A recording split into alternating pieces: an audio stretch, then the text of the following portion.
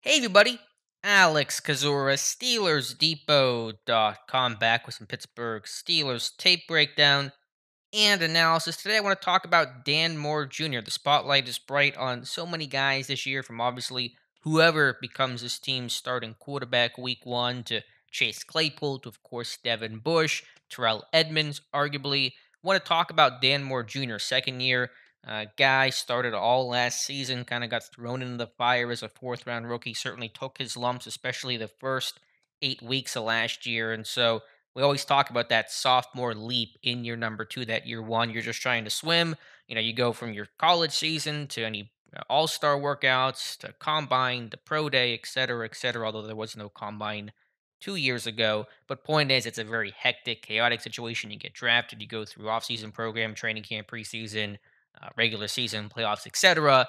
Now is a chance to breathe, watch tape, learn, get better, correct mistakes. And so today specifically, Moore has certainly in all areas of his game, like any second year player, to work on. But in particular, I want to talk about him dealing with power, dealing with bull rushes better, what that looks like, and why that gave him trouble as a rookie.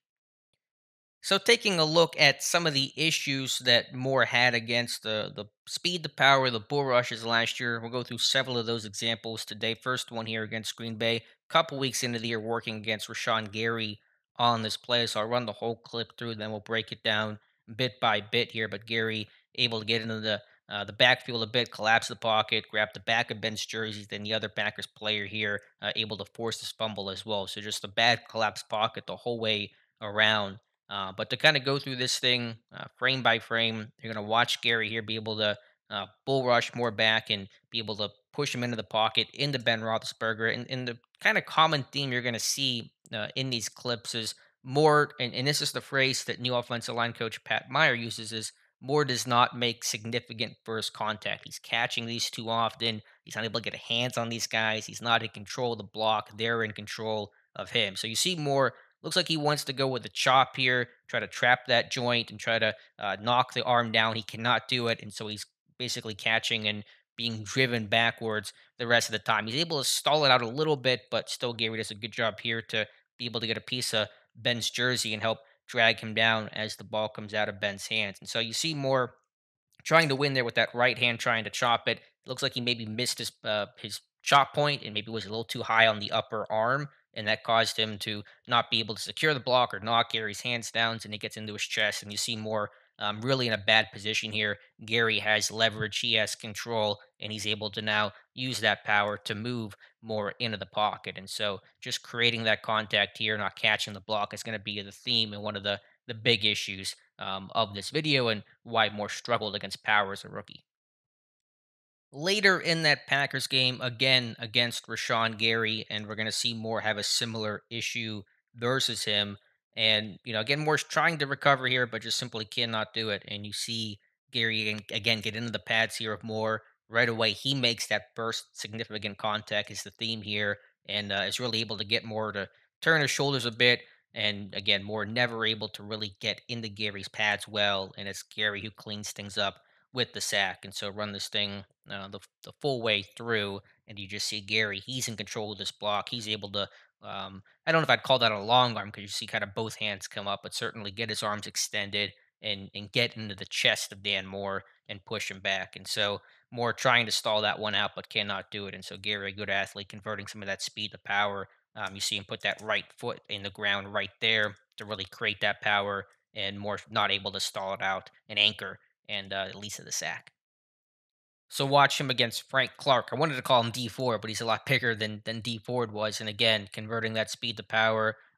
Moore handles it better here than he did against Gary in that first clip, but you still see the hands are too high. Never gets into the chest of Frank Clark. Clark's in control. He's the one who's got more upright, off balanced, out leveraging him clearly on this play to walk him back. And really only because Ben slides to his left a bit that Clark has to go through Moore again, which he does. He kind of rips on through him. And then you get the cleanup sack there by number 90, who gets hands on Ben first, and then Clark eventually cleans things up. And so that's the way that one goes. And so, again, to watch this thing through, you see Clark, he's the one, gets into Moore's chest. He's in control of the block the whole way, and Moore really is just along for the ride. And that's going to have to improve in your number two. One last look at it, then we'll go on to the next play.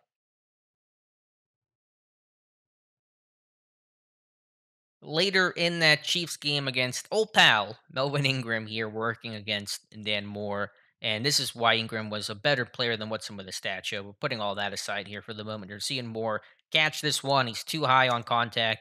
His hands are outside. He's not into the chest of the defender. It's Ingram who has his hands in the chest of Dan Moore. That's going to create power. That's going to create leverage. And that's going to get you ridden back into the pocket every single time here. So luckily, not a sack turns into a crazy, catch by Chase Claypool on this play. A lot of problems overall when we talk about this offensive line here on this snap, on this stunt that is not really picked up all that well. But more to the point here, pun intended, I suppose. Looking at Dan Moore struggling to, be able to shoot his hands correctly, make that first contact. He does not on this play, and you really see him struggle against that bull rush.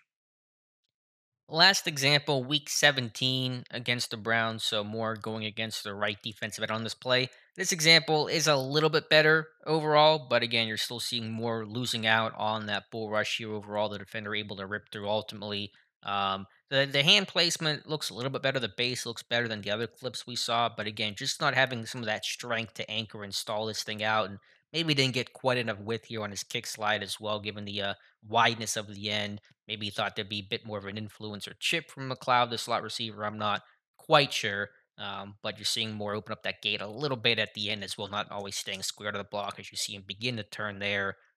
Despite Ben still being back in the pocket a little bit, doesn't ultimately really impact the pressure too much, although the pass is incomplete. But you're just seeing more struggling with power, struggling with the bull rush. So can he stay square? Can he get stronger overall? That's something that most rookies have to do, and more certainly part of that group. But I think the most important part is that hand use, being able to strike correctly, have a good punch, be able to get into the chest of the defender, control that block. New offensive line coach, like I mentioned, Pat Meyer will have some different techniques that Moore can use.